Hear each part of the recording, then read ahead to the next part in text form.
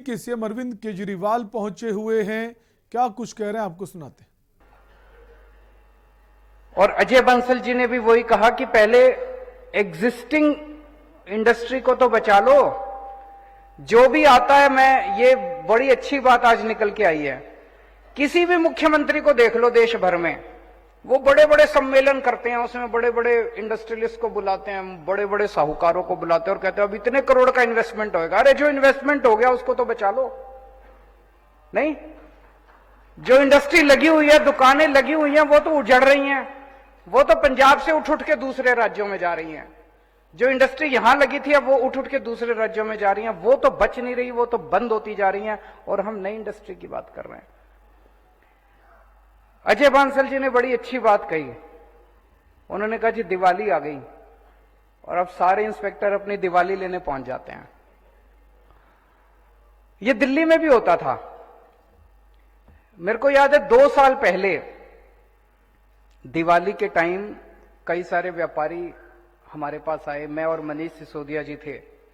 उन्होंने आके कहा जी आप कहते हो हमने इंस्पेक्टर आज खत्म कर दिया, ये दिवाली के टाइम पे आपके इंस्पेक्टर आ रहे हैं हमारे पास।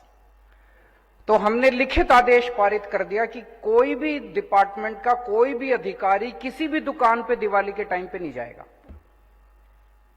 लेकिन ऑर्डर कौन मानता? ऑर्डर तो कोई मानता नहीं है। आप जितने मर्जी ऑर्डर पास कर दो, इंस्पेक्टर को दुकान में जाने से कौन रोक सकता है?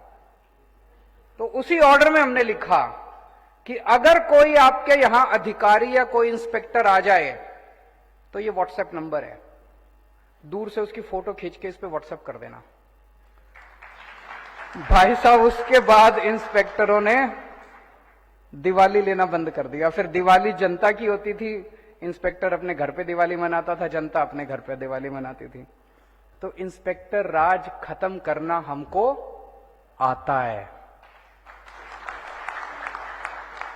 और इंस्पेक्टर राज खत्म करने की हमारी नीयत है, क्योंकि हमारी नीयत साफ है। अगर नीयत खराब हो तो अखबार में बड़े बड़े ऐड तो निकलते हैं, लेकिन इंस्पेक्टर राज खत्म नहीं होता। बातें बड़ी बड़ी होता नहीं है।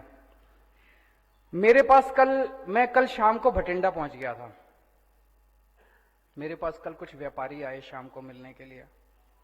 उन्होंने भी यही बात कही। बोले जी पिछले कुछ दिनों में 4 मर्डर हो चुके हैं भटिंडा में। पूरी तरफ चारों तरफ फिरौतियों का माहौल है। व्यापारी डरा हुआ है, स्नैचिंग हो रही है। शाम अगर कोई घर से बाहर निकलता है तो चारों तरफ देखता है कि कोई मेरा पीछा तो नहीं कर रहा। एक जोजो टैक्स करके भी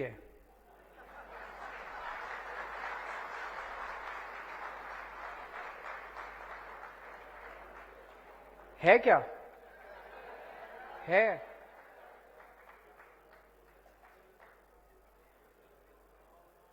तो दोस्तों, ऐसे माहौल में व्यापारी अपना व्यापार कैसे करेगा?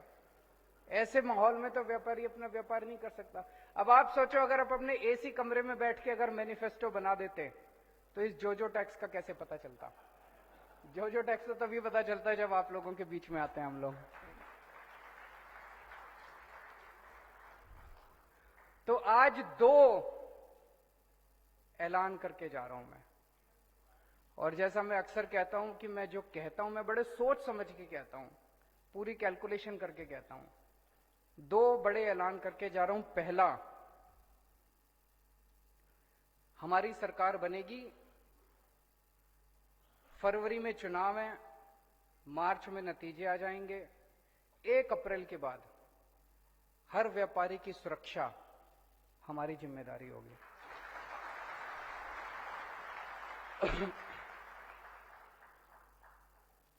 और आज आपको तो आप सुन रहे थे दिल्ली के सीएम अरविंद केजरीवाल को, जो पंजाब के बठिंडा पहुंचे हैं और व्यापारियों से संवाद कर रहे हैं।